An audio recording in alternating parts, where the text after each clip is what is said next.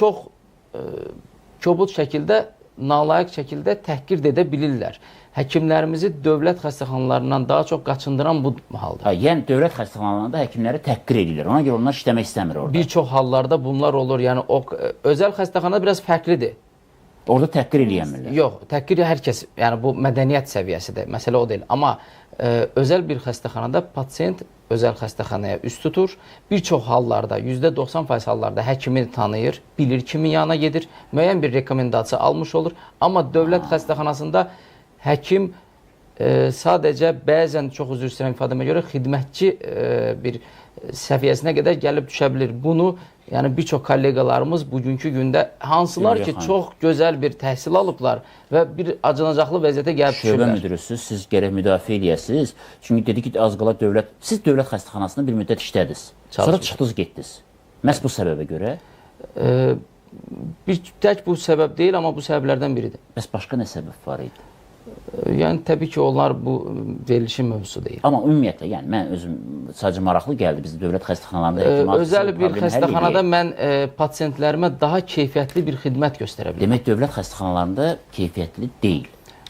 Dövlət xəstəxanalarında keyfiyyətli deyil deyə bir şey yoxdur. Mən özəl xəstəxanada istənilən bir dərmanı çox rahatlıqla tapa bilirəm.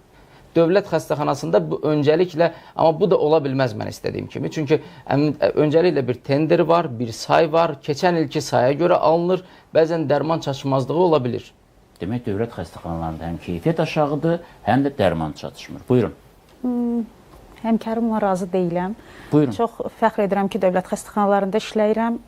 Nəyə görə? Amma yəni digər bir yəni özəl xəstəxanalardan da təkliflər olmağına baxmayaraq mən dövlət xəstəxanasında işləməkdən həm zövq alıram, xalqıma xidmət edirəm. Digər həkimin fikrinə də hörmət edirəm. Ancaq bəzi məqamlarla razıyam. Bəzən elə hallar olur ki, yox. Necə? O da xalqa xidmət edir də, yoxsa? Həkimi, xəstənin həkim seçmə ixtiyarı var. Var. Məsələn, mən bir həkimi olsun özəl, başqa bir problemim var. Siz elə dediniz ki, yəni dövlət xəstəxanasında işləyən həkim xalqa xidmət edir, amma özəl işləyən... Mən üzr istəyirəm, ifadəmi bitirim.